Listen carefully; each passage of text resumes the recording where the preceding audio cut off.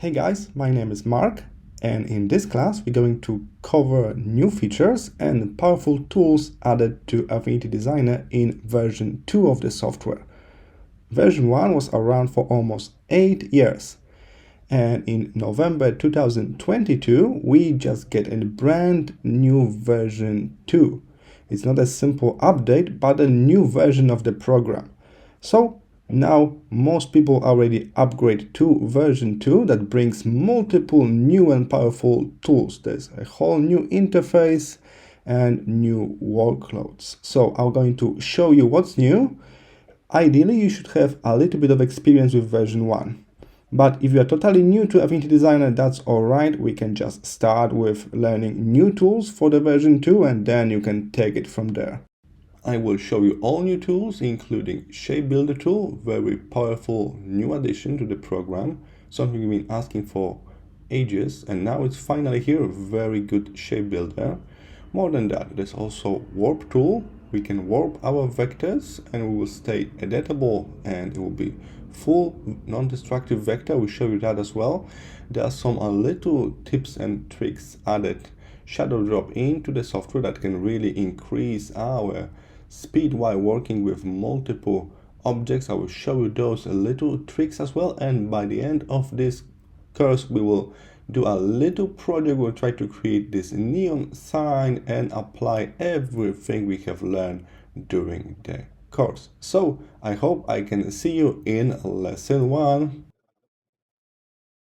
In this lesson, we're going to talk about the interface itself. If you've been using Affinity Designer version 1, you are already familiar with all of the tools and bars around the interface. What we're looking at right now is the version 1, the old Affinity Designer. So that's what we can see right now. And let me just switch to version 2. Alright, and now we are in Affinity Designer 2. As you can see, the interface is quite similar, but they refresh most of it. So, for example, transform icons are like exactly in the same spot, but they look a little bit different. By the way, by default, you cannot see text description at the top here like me. I got transform, alignment, snapping. By default, it's only icon. Like that. But I strongly recommend you to turn on text as well, maybe just while you're working in this class, then later on you can jump back to icons only. But for now, let's turn on icon and text. So just right click at the top here, icon and text, so we can have exactly the same experience here.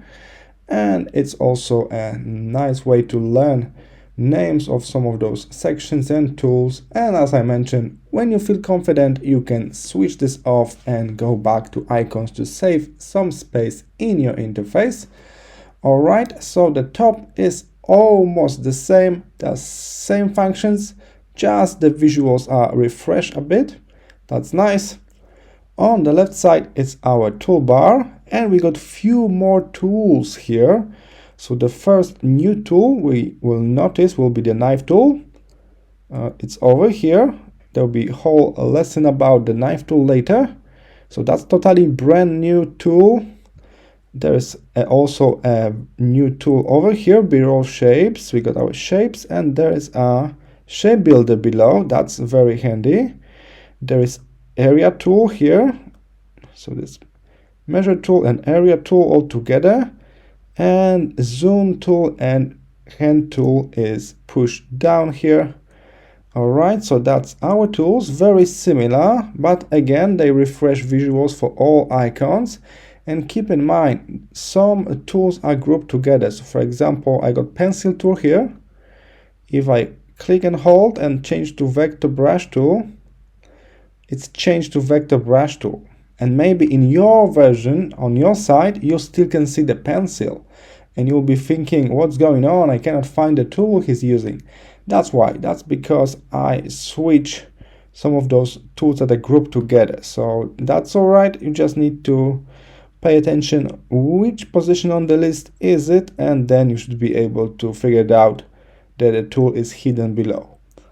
All right, so we got tools on the left, all important banners here above. This is contextual menu, by the way. So if I pick this tool, it looks different. Even I pick pen tool, change depends on which tool is selected. So this part of your interface will adjust, give us additional option for currently selected tool. On the right side, our panels, we can adjust this a little bit ourselves, but in general, usually at the top, we will see colors, then layers, and then transform and navigation panels. From here, you can also zoom in and out, but personally, my favorite way to zoom in and out is to simply use keyboard shortcuts. I keep my hand on the keyboard to use Command on Mac or Control on Windows. So Command or Control plus and minus to zoom in and out. That's what I always do. So I don't need to move my mouse from the tool to navigator, on from the tool to zoom tool. And while we zoom in and you want to move around, I like to press spacebar for the hand tool. This way I can move around freely without switching tools constantly.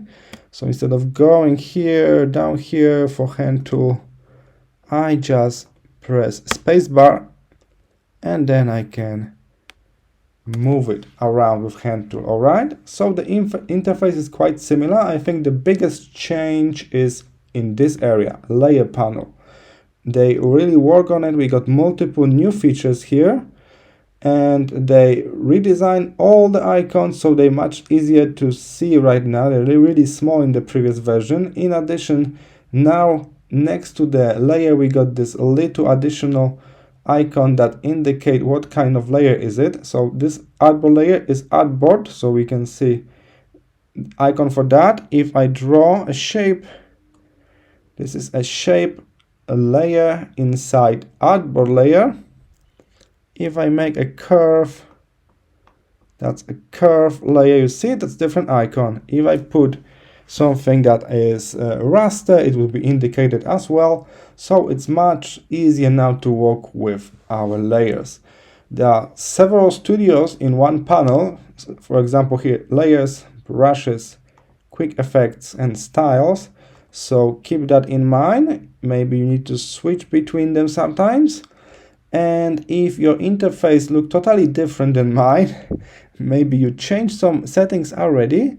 In that case, you can go all the way up here. We got window, and you can see which studios, which panels are turned on and off. The one that are on, of course, with the check. The off without check, some of them are hidden. All right, by default, that's all right. So be sure you got all necessary panels turned on. You can, of course, reset everything to the default settings as well, in case you feel like you move something, you mess up something, that's all right. In case your whole canvas rotate because you use magic mouse, you press Control Command and move the scroll in the magic mouse and everything rotates a little bit. You can reset rotation from the view menu here. So that can also happen sometimes. And as I mentioned, view and windows is where you can make some adjustments to your interface, and also it's where you can reset everything to the default settings like this. All right, so the interface is familiar. It's similar to version 1 plus few extras. I think it's a really nice revision. Okay, let's move to the next thing. Before we jump into all of these new powerful tools and features introduced in Affinity Designer 2, let's just quickly recap on selection and transformation, because that's what we're going to do very often while working in this kind of software. So almost every vector editing software got two cursors, so that can be a little bit misleading for new users. There's a move tool, the black one at the top here, and then a node tool, look like cursor, but that one is white in my case. So why we need two cursors?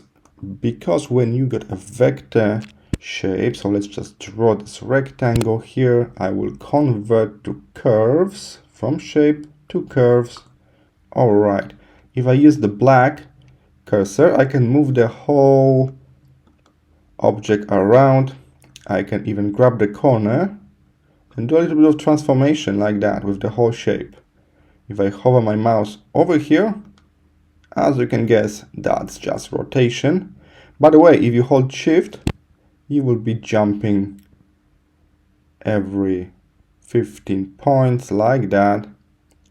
And it's same with moving stuff around. If you hold shift, it will help you to move in straight lines. All right, so shift on your keyboard, very helpful shortcut. All right, so that's why we are using this first move tool. What if I grab this wide node tool? In that case, I will be not transforming the whole shape. Now I'm transforming single nodes, and that allows me to modify overall look of the vector shape. I can even click on the line to add new nodes. If I want to delete this node, while it's selected, I can hit delete on my keyboard. We can turn nodes into smooth nodes like that. Over here from the top of your screen, back to the sharp node, smooth node. With smooth nodes, you got those control points that you can use to adjust the curve. All right, so that's the basic difference between this black move tool and this white node tool. So that's how we can move and adjust our shapes.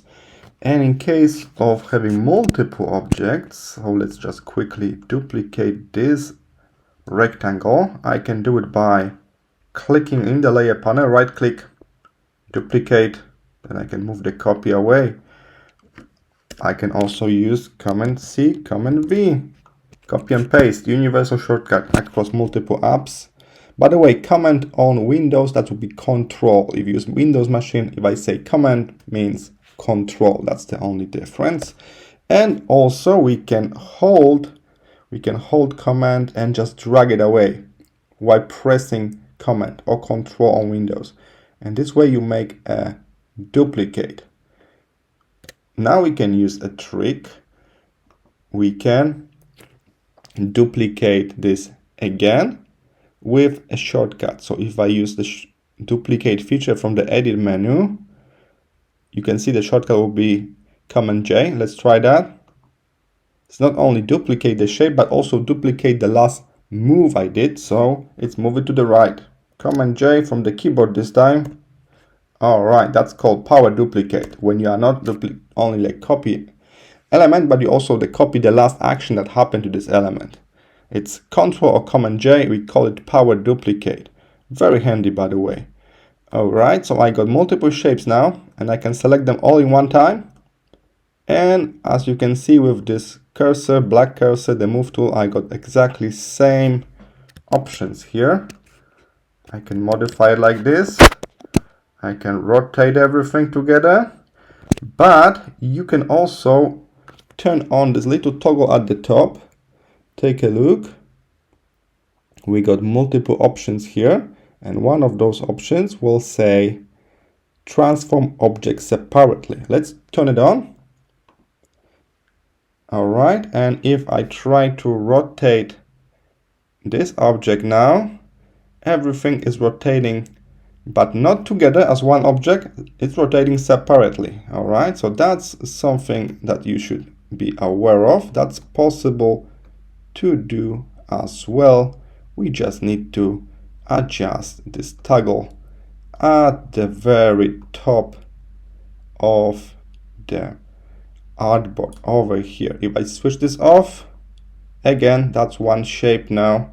So the transformation will be a bit different, affecting the overall object that is selected. All right, so that's what I want to remind you about. There are two cursors, one black for the whole object, one white node tool for just adjusting your curves, your vectors, nodes, more in detail work. that's it. That's our basics about transforming and selecting objects. And now we can jump into some new features introduced in version 2.0.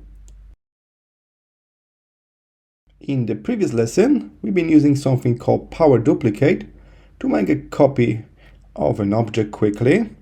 And it's a perfect moment to introduce a brand new feature. So in version 2, we can use something called quick grid. Let me show you how to do it. First, we need to pick a shape tool. We got multiple shapes available for us here in this drop-down menu. I will stick with oval shape for now. I can set the fill color before I start drawing the shape. I can pick maybe something blue like this. All right, and now if I draw this, and we got my shape, but if I press arrow down now while still drawing, I'm holding my mouse button down all the time.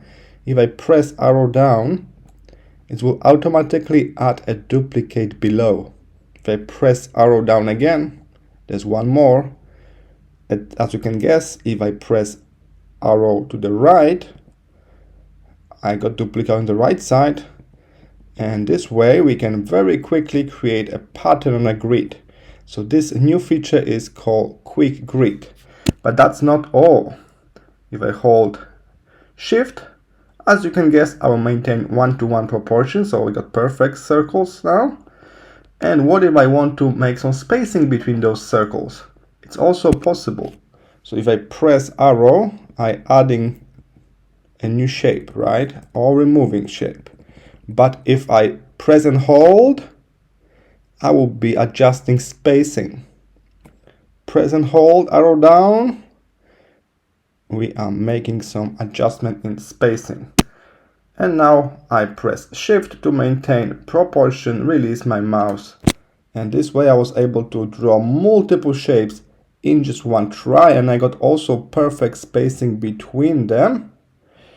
And as you may remember, we can now move them all together and we can transform them all together, but we can also turn on this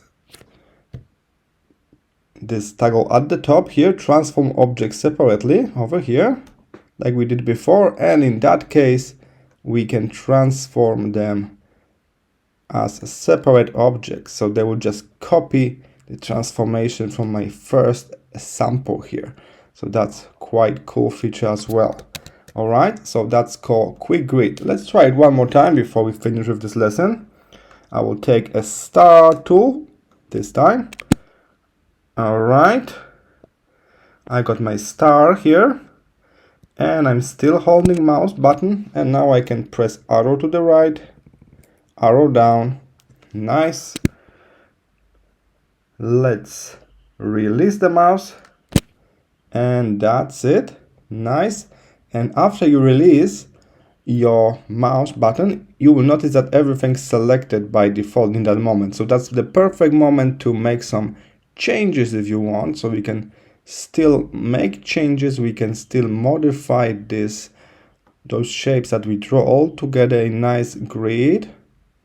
And instead of star, we end up with some kind of flower shape. Perfect. All right, so that's the very new feature called quick grid. Super easy to use. While you're drawing your shape, press arrow to the right or down to make a duplicate straight away. All right, I hope this will be useful. In the next lesson, I'm going to introduce a brand new tool, brand new feature for version 2. So let's move to the next one. While talking about new tools for version 2, we need to mention X-ray. It's technically not a new tool, but a new viewing mode. So take a look here. So far I can see this rectangle here, and there's some huge circle below it. And normally in version 1 we can of course have outline view, so we can see outlines of shapes without fill color. So let's explore that. I move to view menu at the very top, and then we got views. and also view mode. From here, we can swap between different view modes. By default, it should be set up in vector mode.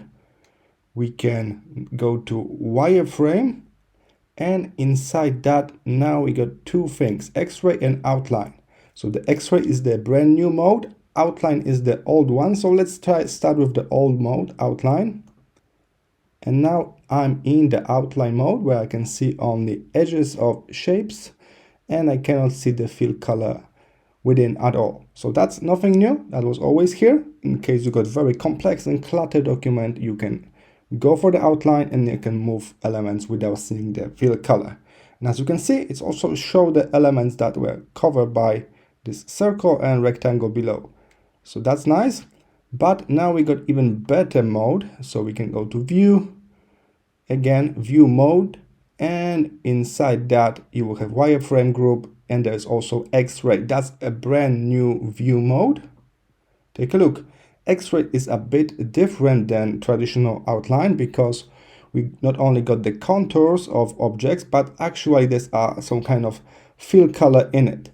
So it's much nicer to work with. We can still see through, but there's a little bit of fill color. So that's nice. And take a look. I can easily see what is under.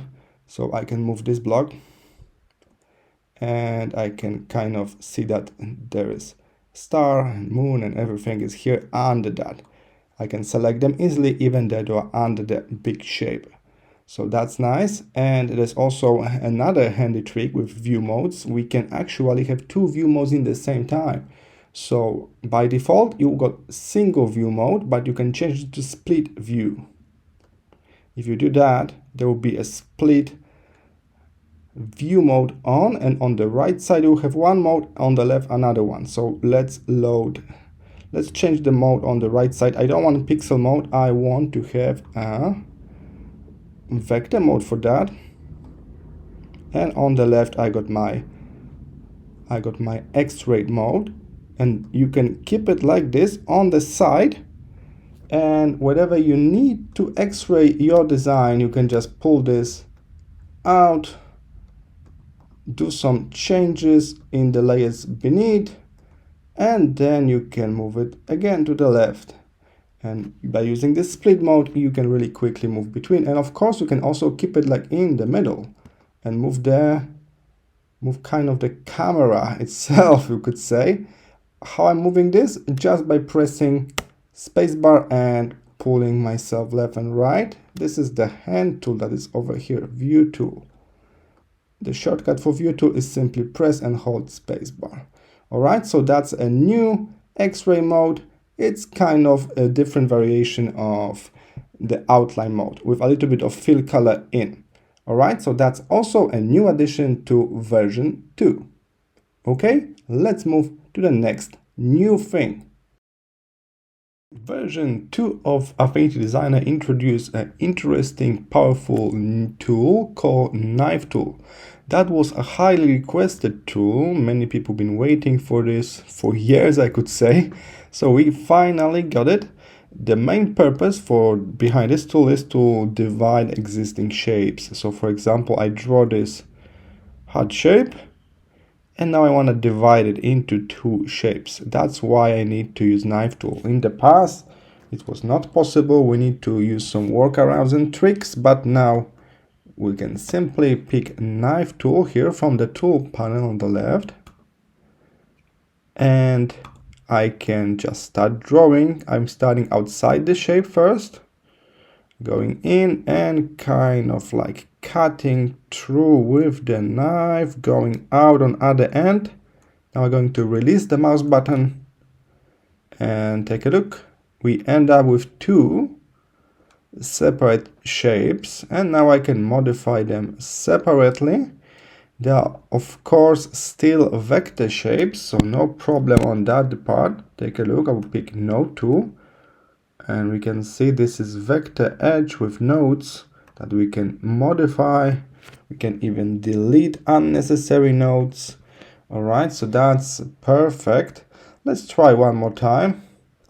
Maybe here, that's the flower from our last video.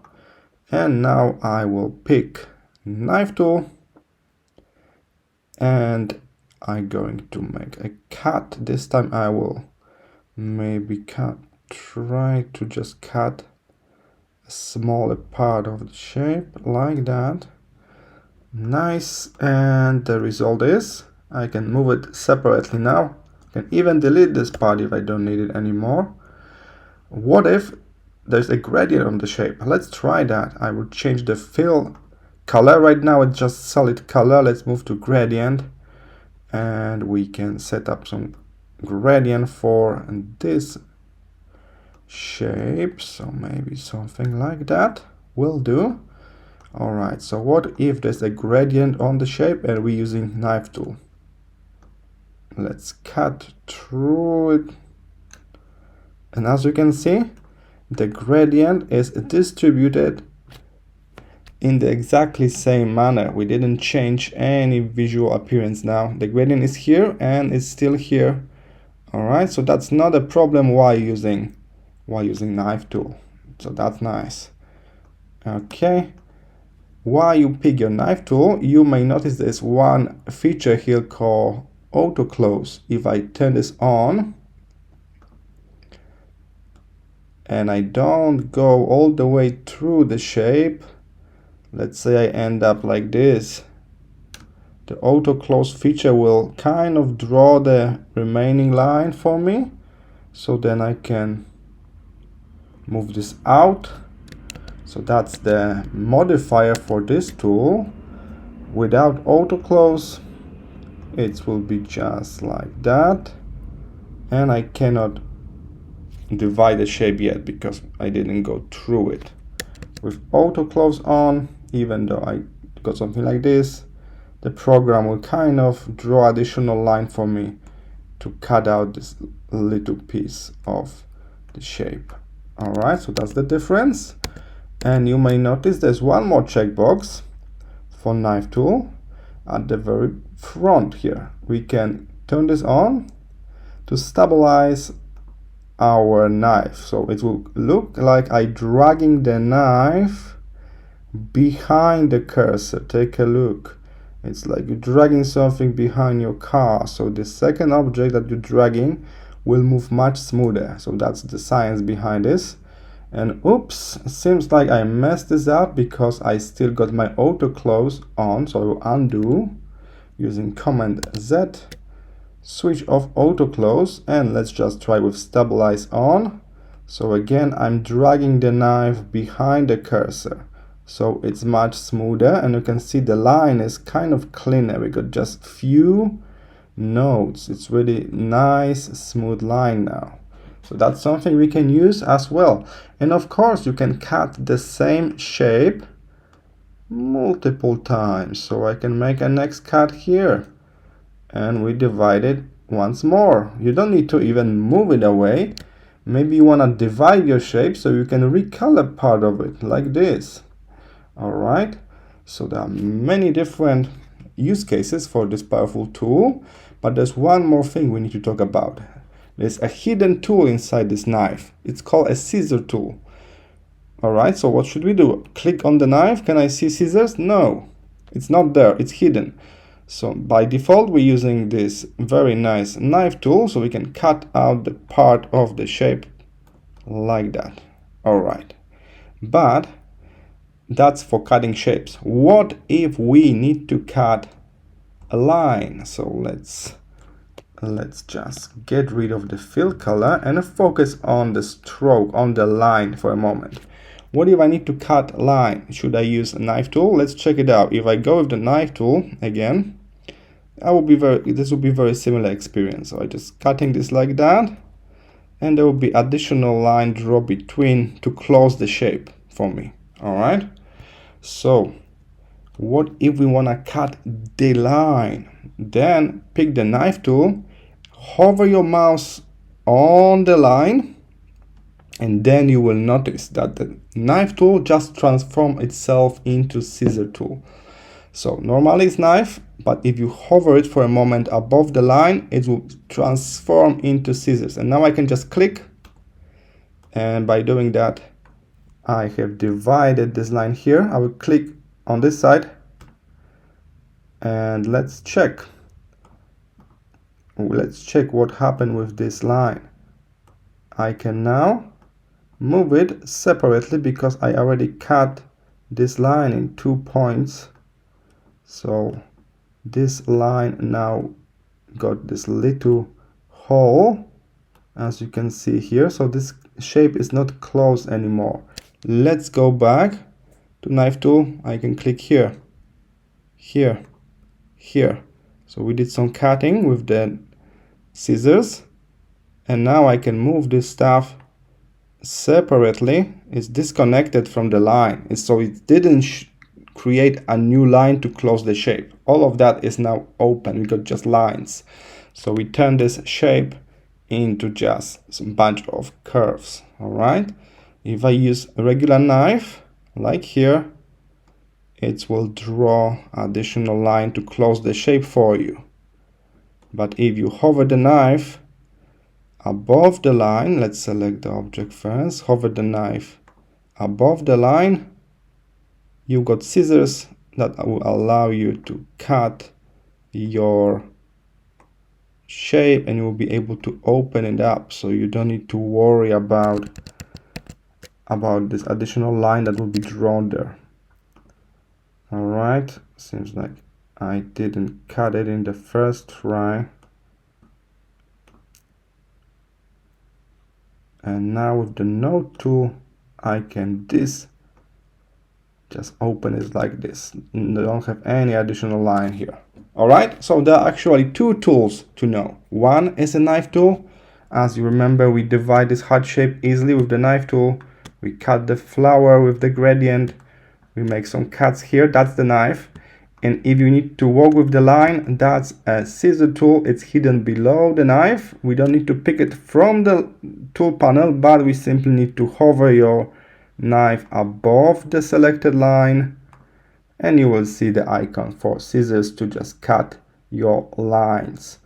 All right, that's a really powerful tool that allows us to cut shapes into smaller pieces, and that's totally a new tool in version 2. So if you are still running version 1 of Affinity Designer, you will not find it on the tool panel. That's exclusive for this brand new version of the program. All right, I hope that was interesting, and I will see you in the next lesson. Okay, let's talk about Warp Tool. It's a new powerful feature introduced in the version 2.0. So where is it? Take a look. We got our tool panel on the left, but we cannot see anything related to warping. That's because they put this feature under the layer panel. So if you take a closer look, we got our layers, and here below that, there's some additional features. And this one over here is for warping. That's a full vector warp. So let's give it a go. I will select the object. In this case, this is a text layer. So that's editable text. I can click warp, and that will give me options for presets. I can go with the mesh and do everything manually. I can just select a preset, like for example, horizontal arc. And now, by using the slider at the very top, I can adjust how strong it should be.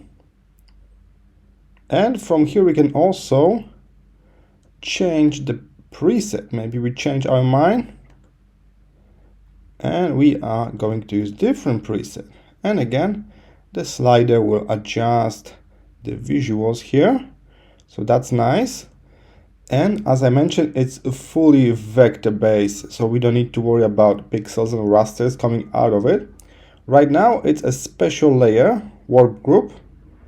And inside this warping group, there's our original text. So I can still go into this and modify the text. All right. And the warp is still attached to it, so I can continue playing around and the text is still editable. If you feel like you will never ever edit this and you want to export your design into some kind of SVG for cutting or post-processing, you can click on Convert to Curve. In that case, you will turn this into normal shape, into normal curves. So let's try that.